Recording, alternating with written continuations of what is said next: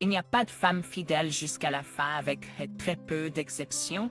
Chaque homme le sait, seul l'un s'en inquiète, l'autre le tolère, et le troisième essaie de l'ignorer. J'ai vécu avec ma femme pendant près de 40 ans. Nous nous sommes mariés quand j'avais 20 ans, et elle en avait 19. Nous avons eu nos hauts et nos bas, mais j'étais sûre que pendant tout ce temps, nous ne nous étions jamais trahis. Il est difficile de passer autant de temps avec une belle femme et de ne jamais douter de son amour et de sa loyauté.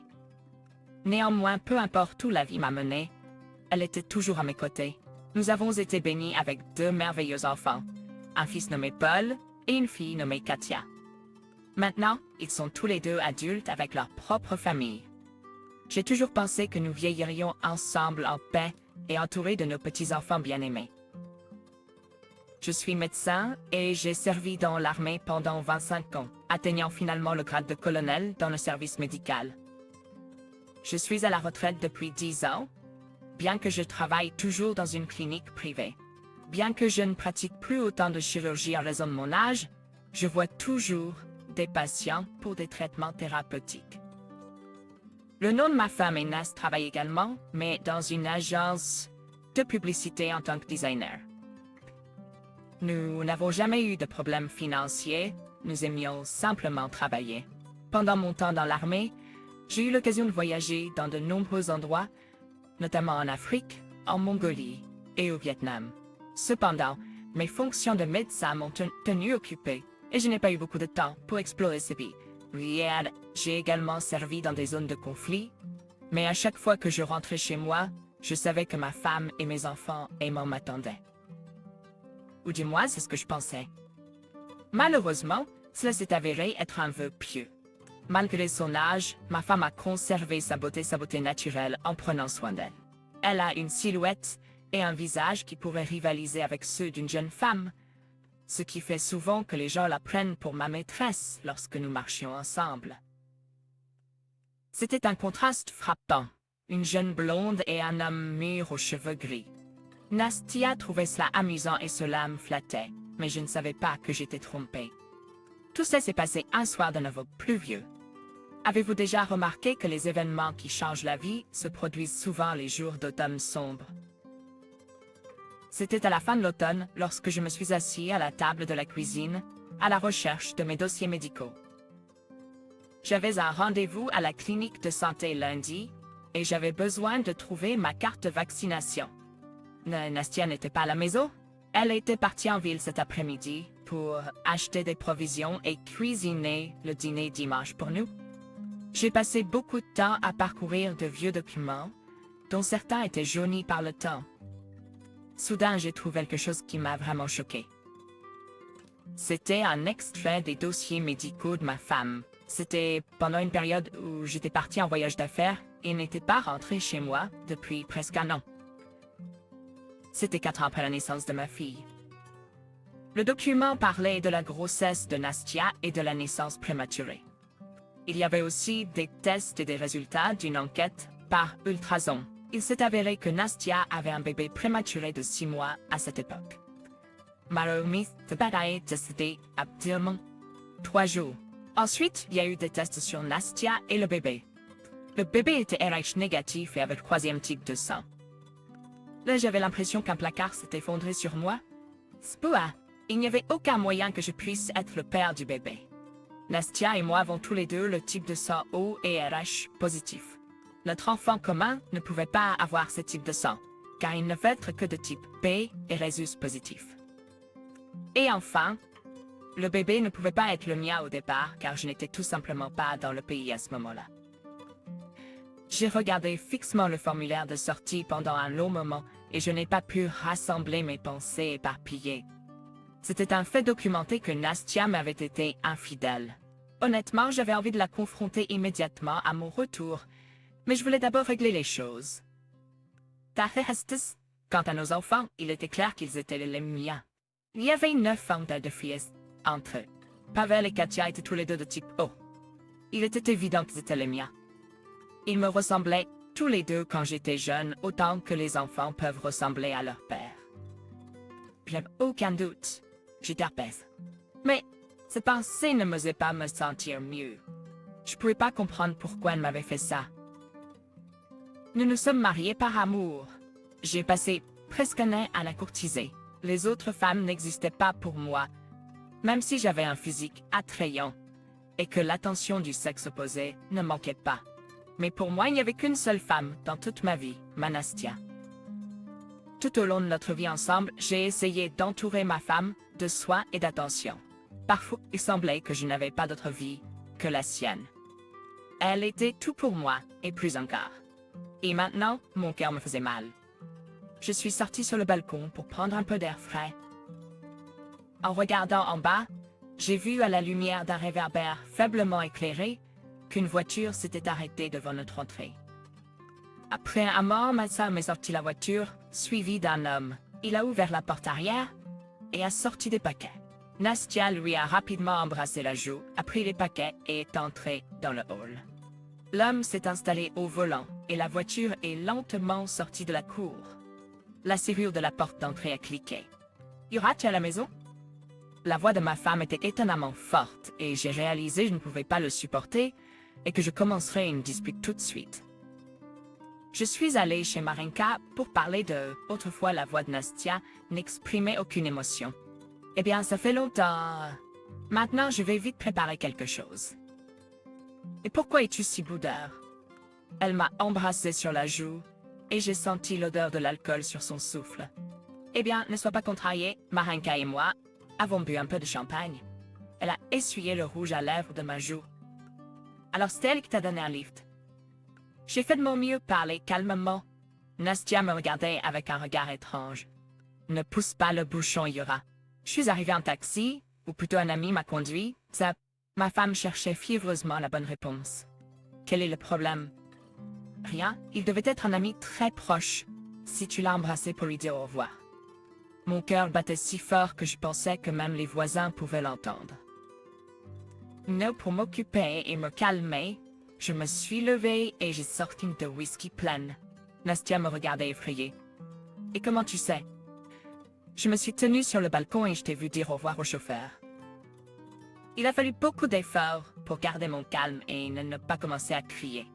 Le baiser n'est pas juste, Yura. Quoi, Yura? Je me suis servi un verre de whisky. Assieds-toi, j'ai quelques questions pour toi.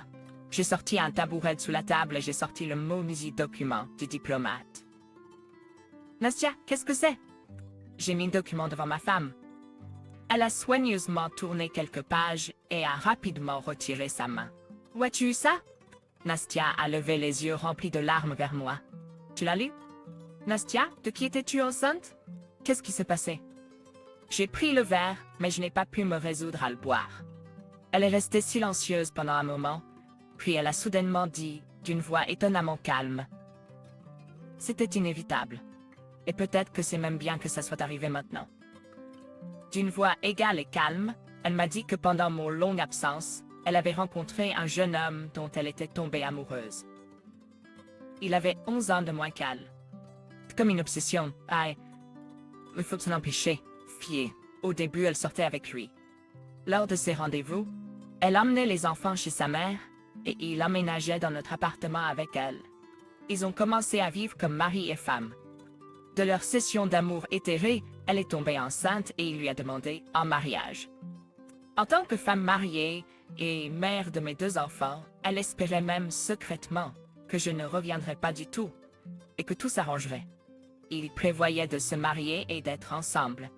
Mais pendant, le bébé est né prématurément et est mort 3 jours plus tard. Cela a fait éclater en sanglots. J'ai compris qu'elle se fichait du reste des enfants. Après la mort du bébé, leur relation s'est refroidie et elle a dit qu'ils sont devenus étrangers l'un pour l'autre. Ensuite, une jeune femme est apparue à l'horizon et son amant l'a quittée pour de bon à la recherche de nouvelles aventures. Après avoir été inquiète pendant un moment, Nastia a pris les enfants et a attendu mon retour. Quand je suis revenue, elle a agi comme si rien ne s'était passé, et pendant les années suivantes, elle a joué avec diligence le rôle d'une épouse aimante et attentionnée. J'étais choquée et incapable de penser ou de parler pendant un moment. Je regardais juste le mur en silence, aucun pensée n'entrant dans ma tête. Mais c'était pas tout. Il y a 6 mois, son ami proche est arrivé dans notre ville et leur passion l'un pour l'autre a été ravivée. Il s'avère qu'elle l'a aimé toutes ces années et ma femme a repris sa relation avec lui. En général, ils se sont rencontrés tout ce temps et elle veut commencer une nouvelle vie sans moi. Elle a vécu avec moi pendant 40 ans, m'a donné ses meilleures années et maintenant que les enfants sont grands, elle veut un nouveau départ avec l'homme qu'elle aime. Pendant qu'elle parlait, elle était bien consciente que chaque mot était comme un couteau, me tuant impitoyablement. Pendant un moment, elle m'a rappelé un bourreau faisant son travail avec indifférence. C'était rien de personnel, juste de l'amour. C'est tout. Tu peux souffler et boire. Qu'est-ce qui s'est passé ensuite? J'ai versé un autre verre de whisky et les bu d'un trait. C'est une boisson étrange, elle ne te frappe pas du tout. J'ai juste besoin d'un plus grand verre. Qu'est-ce que je faisais, vraiment? Peut-être que je ne devrais pas le verser, mais boire directement de la bouteille. As-tu déjà remarqué qu'une bouteille de bon whisky a un large goulot, pratique comme une carafe? Très pratique, je dois dire. Tu n'as pratiquement pas besoin de verre. Nastia était assise en face de moi en silence, et j'ai commencé à m'inquiéter qu'il se soit passé quelque chose. Elle parlait si bien, si cohérente. Bonne fille. Toutes ces années, elle m'a donné en tout. Si je n'avais pas trouvé mon certificat de congé, je n'aurais probablement rien deviné. Une vraie femme héréditaire. Et voilà les mots qu'elle dit. Bien sûr, ça arrive. Ce n'est pas grave. C'est pas grave, ça arrive. C'est tout. Je me suis levée, j'ai donné un coup de pied dans le tabouret et je suis allée dans la chambre sans dire un mot. Je me suis habillée, j'ai jeté mes affaires dans le sac et je suis sortie. Yura, la question est restée en suspens. Tu n'as pas du tout besoin de sortir pour la nuit, je l'ai regardé. Sa silhouette se détachait contre la silhouette sombre de l'encadrement de la porte de la cuisine. Tu vas rien me dire? Je me demandais si elle allait pleurer ou si je l'imaginais simplement. Pauvre fille si nerveuse, j'ai haussé les épaules, ouvert la porte et suis sortie, essayant de ne pas heurter le cadre de la porte avec mes cornes. Il était assez tard et la ville essayait de s'oublier dans un sommeil anxieux.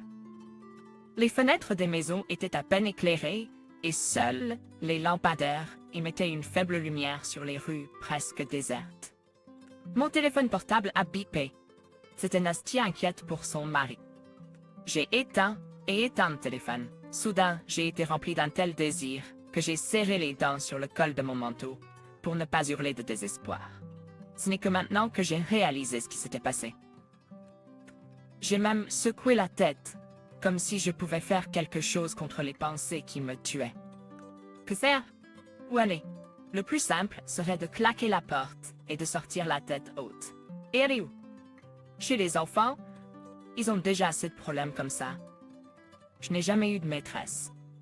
Peut-être que je devrais juste pour travailler comme en service. Je passerai la nuit et demain je prendrai une décision finale. Je marchais lentement devant les maisons noires, essayant de ne pas glisser sur les feuilles mortes mouillées. « Hé mec, tu as une cigarette? » Quelqu'un a crié. Je me suis retournée et suis tombée dans l'obscurité. Nastia a soigneusement enlevé la main de son amant posée sur sa poitrine et s'est levée doucement du lit. Pour la première fois depuis longtemps, il s'aimait sans craindre d'être découvert. La femme a enfilé sa robe et est allée dans la cuisine. Sur la table se trouvait une bouteille de whisky à moitié vide. Elle ne nettoierait jamais après elle. Je dois tout faire, pensa-t-elle, et soudain elle se surprit à penser à son mari tout le temps. Yura, où est-il parti? Il ne répondait pas à son téléphone. Tout aurait pu arriver. Nastia a regardé par la fenêtre. Todd? Nuit. Pluie. C'est étrange pourquoi son cœur lui fait si mal. PS. Plus nous faisons de bonnes choses pour la femme que nous aimons, plus elle commence à nous mépriser et à nous ignorer.